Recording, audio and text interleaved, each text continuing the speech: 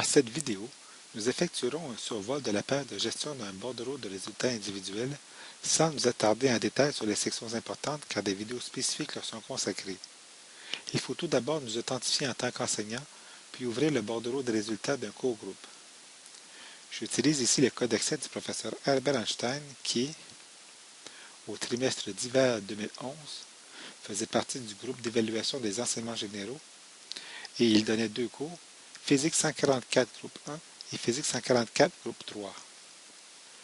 Pour ouvrir un bordereau, il faut sélectionner l'action Éditer le bordereau dans la liste des actions, c'est d'ailleurs l'action par défaut, et appuyer sur la flèche. Vous constaterez que le bordereau s'ouvre sous la forme d'une page de type pop-up. Cela permet d'ouvrir plusieurs bordereaux en même temps et de les comparer. On peut même ouvrir simultanément des bordereaux de trimestres différents. Vous trouverez au sommet de la page une en-tête semblable à celui de la page des bordereaux. On y trouve le logo de l'école, un hyperlien de fermeture ainsi que votre nom. La page de gestion d'un bordereau montre 8 onglets, mais au quotidien, un seul sera fréquemment utilisé, celui de la saisie des résultats. Sous les onglets se trouve un rappel du cours groupe. On y trouve également le titre du cours, le nombre de crédits et le groupe d'évaluation auquel il est attaché. Il est également possible de contacter par courriel l'équipe de support de Signet à l'aide de l'hyperlien Soutien. Le premier onglet montre toutes les personnes impliquées d'une façon ou d'une autre dans la gestion du cours groupe. Comme partout dans Signet, vous pouvez obtenir de l'aide en cliquant sur l'accordéon à l'aide. On y trouve tout d'abord la section pour les responsables de l'évaluation, soit l'enseignant principal et ses mandataires, avec les coordonnées pour le rejoindre. Son numéro de téléphone, son numéro de bureau, son numéro de local au bureau, et s'il s'agit d'un mandataire ou pas. Puis on trouve l'équipe des enseignants. La majorité des cours groupes n'a qu'un seul enseignant qui est également le responsable de l'évaluation. Quand il y a plusieurs enseignants, tous peuvent consulter le bordereau, mais un seul peut saisir les notes, le responsable de l'évaluation. La section suivante affiche le responsable de l'approbation, donc le directeur du département ou du groupe d'évaluation et ses mandataires s'il y a lieu.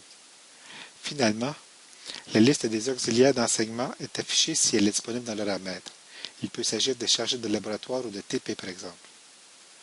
Comme ce qui a été conçu pour faciliter les communications entre les divers intervenants, il est possible d'envoyer des courriels, soit des courriels individuels en cliquant sur le nom d'une des personnes, la fenêtre de signet pour envoyer un courriel s'ouvre, ou bien sur le titre de la section pour envoyer un courriel à tous les membres de la section.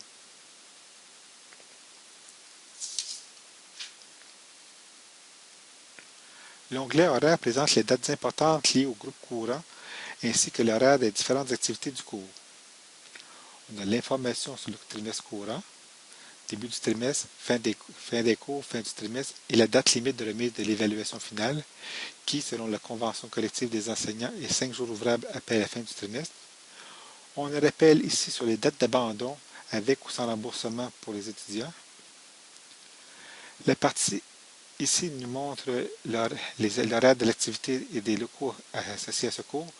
Donc ici on voit que le mercredi matin, par exemple, le cours se donne de 9h à midi au local B1404. Même chose pour les travaux pratiques. Et à la fin du trimestre, l'horaire des examens finaux, lorsqu'il devient disponible, apparaît ici avec le jour,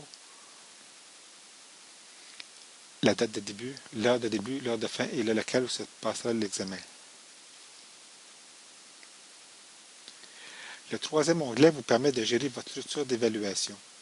C'est ici que vous composez la liste des éléments qui seront utilisés pour évaluer les étudiants de la classe.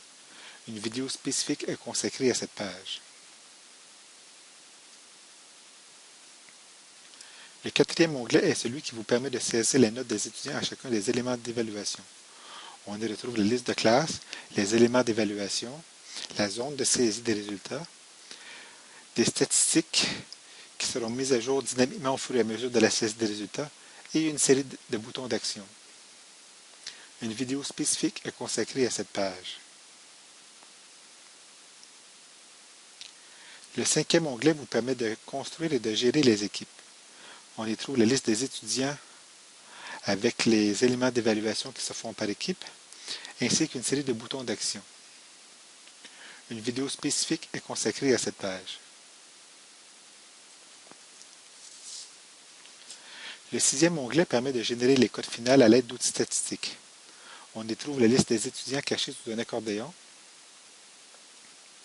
À gauche se trouve une liste qui indique les bornes pour chacune des cotes. À sa droite, un graphique montrant la distribution des cotes est affichée. Finalement, on trouve dans un autre accordéon, au bas de la page, la distribution des notes. Comme ça. Une vidéo spécifique est consacrée à cette page. L'avant-dernier onglet vous permet de générer une liste de classes, soit en Excel, soit en PDF. Vous n'avez qu'à choisir les éléments qui vous intéressent. Par exemple, si je ne veux voir que le devoir 1 sans le code final, je choisis le format PDF et je clique sur le bouton Générer les listes de classes. Et automatiquement, un fichier PDF est ouvert avec les informations que j'ai demandées.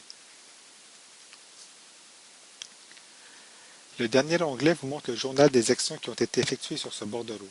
Ce journal peut être très utile pour des fins de diagnostic. Il montre en fait la majorité des actions importantes qui ont été effectuées sur le bordereau.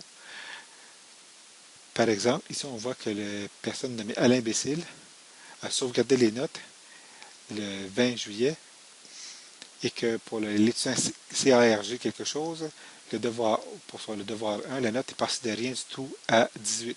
Pour CHAE, la note est passée de rien du tout à 12. Pour CHAS, la note est passée de rien à 14. C'est ainsi que se termine cette capsule. Mon nom est Robert Gervais et je vous remercie de votre attention.